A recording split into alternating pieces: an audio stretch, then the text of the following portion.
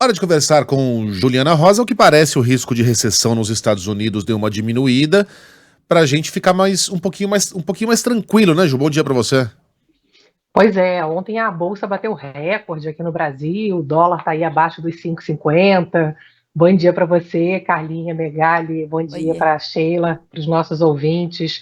Ontem a gente estava esperando aqui nesse horário a divulgação da inflação oficial dos Estados Unidos, que é o CPI, como se fosse o IPCA deles, e veio um número abaixo do previsto. Pela primeira vez, a inflação dos Estados Unidos caiu abaixo de 3%, está em 2,9%, que é o menor patamar desde março de 2021.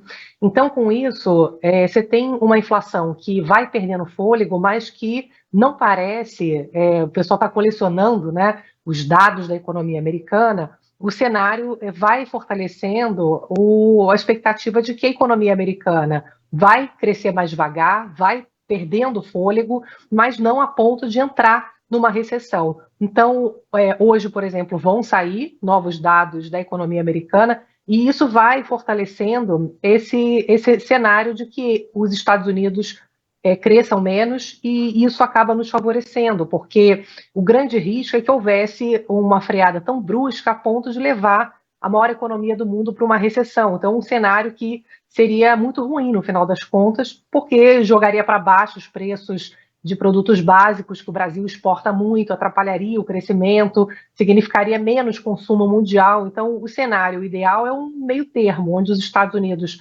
cresçam mais devagar, mas continuem crescendo, e com isso abram espaço para que os juros comecem a cair finalmente nos Estados Unidos e o dólar perca força por causa disso, porque o juro está muito alto ainda nos Estados Unidos, 5,5%, maior juro em 23 anos. Então, quando eles começarem a cortar juro no mês que vem, essa é a expectativa, né, afastando cada vez mais esse risco de recessão por lá, a expectativa é que o dólar possa perder força, porque o dinheiro começa a sair de lá em busca de países que pagam juros maiores. O Brasil, forte candidato, né, 10,5% de taxa de juros, é um país que pode ter a moeda fortalecida, ou seja, o dólar aí perdendo força aqui no Brasil. O dólar agora de manhã abriu nesse patamar do fechamento de ontem, R$ 5,47, e a preocupação daqui para frente é continuar acompanhando esse cenário da economia americana e também o nosso dever de casa aqui no Brasil, né? Porque de nada adianta a gente estar num cenário externo mais favorável se aqui a gente coloca em dúvida a capacidade de crescimento do Brasil. Então, a gente está muito de olho sobre todo esse debate fiscal. Hoje, foi adiado, né? Era ontem, hoje o presidente do Senado, Rodrigo Pacheco, ficou de aprovar lá na casa o projeto que vai estender a desoneração da folha de pagamento.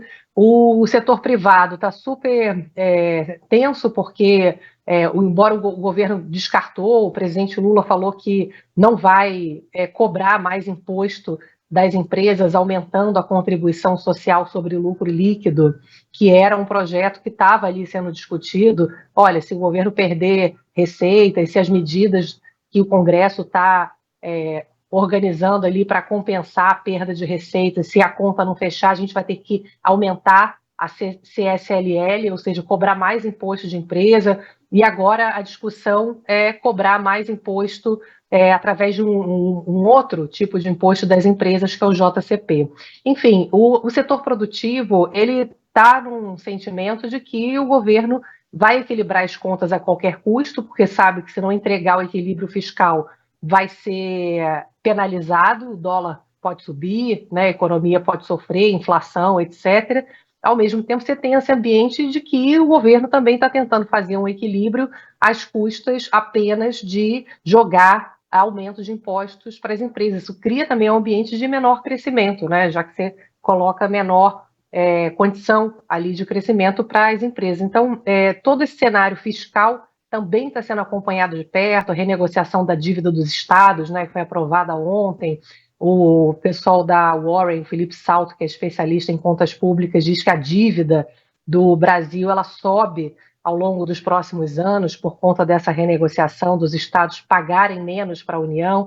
Enfim, a gente precisa concluindo, num cenário externo que está muito tenso ainda, instável, a gente precisa fazer o nosso dever de casa, aquela conversa que a gente sempre tem. Então, precisa estar tudo organizado, precisa, de fato, fazer ali as coisas darem certo, porque senão o mundo pode melhorar, o dólar pode cair no mundo e aqui subir, né? Então, a gente precisa estar pronto para pegar carona num cenário que está se mostrando aí menos complicado, mas que ainda está tenso, né, pessoal?